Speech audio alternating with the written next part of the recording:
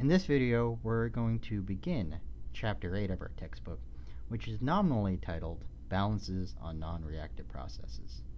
But actually, this chapter, what it really represents is we're actually going to dig deeper into understanding the internal energy and enthalpy terms of our energy balances.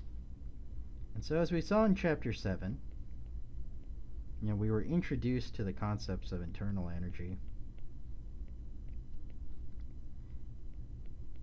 and enthalpy. And we saw that they were critical components of the energy balance. Components of an energy balance. Right? And so if we go back to just our fundamental energy balance equation for a closed system, we have delta U plus delta EK plus delta EP is equal to the heat plus the work term. All right? And so let's kind of look at these terms one by one. So the kinetic energy, right, that's just discussing the change in velocity of our system, its acceleration. The potential energy is, the energy of our system that's due to some sort of force that results from an applied field on the system. But that field is from something else. Right? Heat is just talking about energy transfer that's driven by thermal differences, and work is everything else that causes a change in either the system boundaries or is just causing a change in the transfer of energy. Right? And so all these things here are kind of caused by things that are external to our system of interest. But the internal energy, that's the only part of the energy balance that's actually specific to our system. That's the only term in the energy balance that's unique, that's talking about the different molecules or the atoms or even the subatomic parts of our system. Right? And so here, I want to emphasize that it's the only part of the energy balance that provides molecular, atomic, or even subatomic information.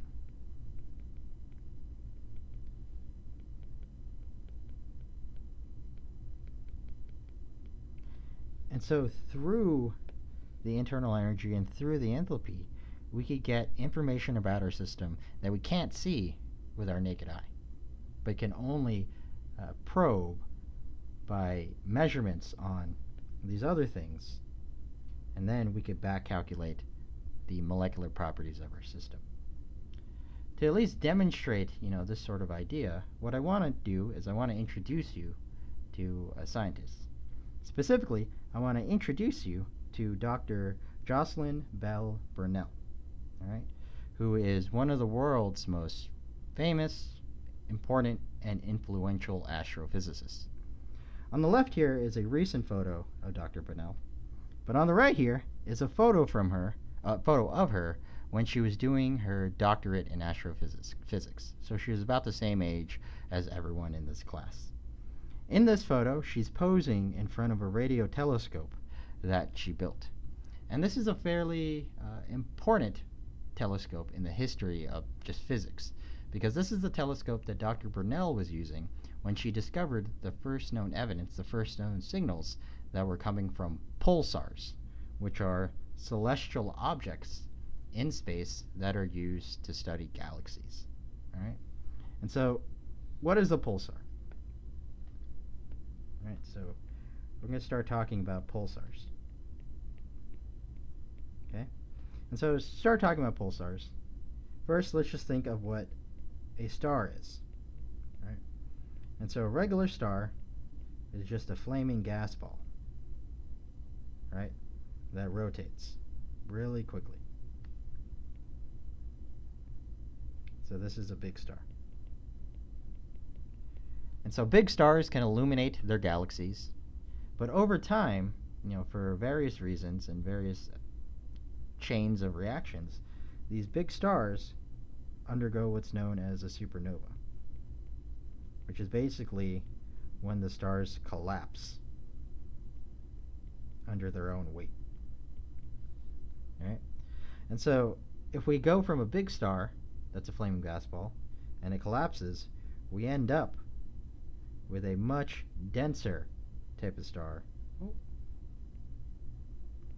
which is called a pulsar. So this is just now a dense gas ball. Okay? Now I said here that these big stars were rotating. And even after they become even after they undergo a supernova event and form a pulsar, initially they're still rotating, right? They still maintain the same angular momentum that they had before.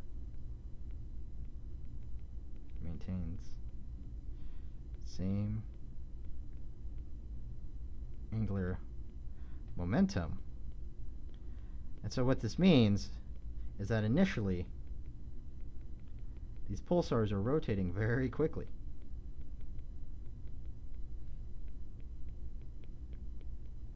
Right? So initially they're rotating very quickly. But over time, they slow down.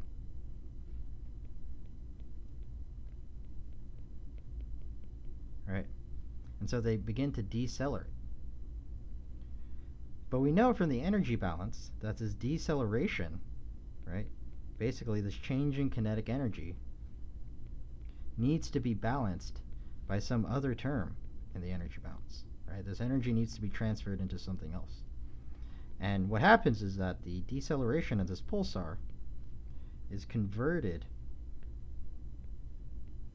into X-ray energy. So the kinetic energy is converted into X-ray signals. And these X-ray signals can be detected by radio telescopes on Earth, like the one that Dr. Burnell was posing by, the one that she built herself.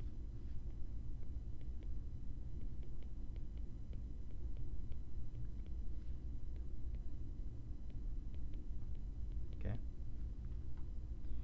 Right, and so using these telescopes, we can measure the energy of the X-rays.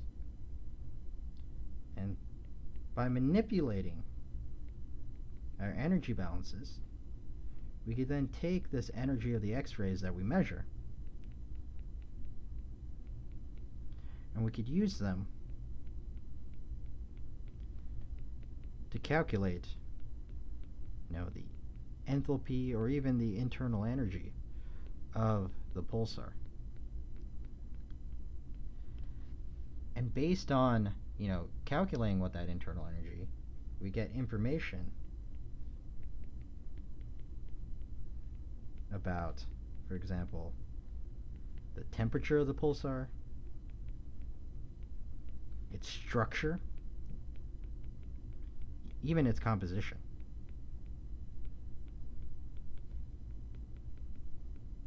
All right? So, by manipulating the energy balance and being able to evaluate what the internal energy or the enthalpies are just from that X-ray energy, it not only allows us to understand the properties of the pulsar,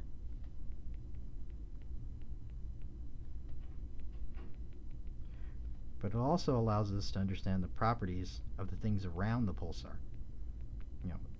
It gives us the ability to map the stars and essentially gives us more information about the history of the universe.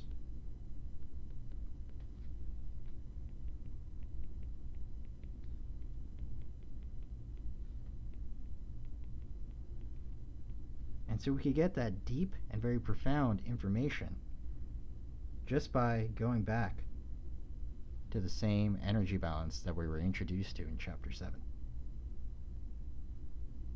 And so, previously, whenever we talked about internal energy or enthalpy,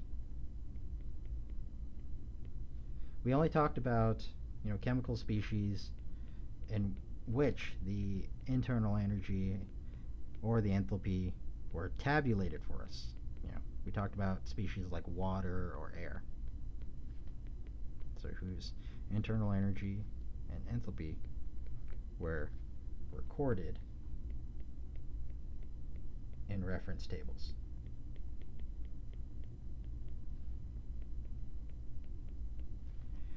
What we're going to do in this chapter is we're now just going to learn about, the fundamental equations that will help us calculate the internal energy and the enthalpy for any sort of chemical species that we encounter.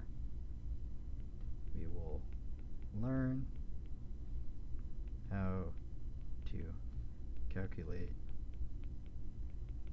U and H for any species.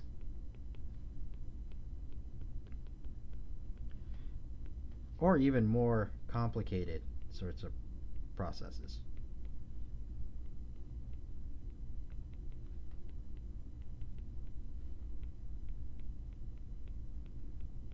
And by understanding the internal energy and the enthalpy, we could use them, we could harness this information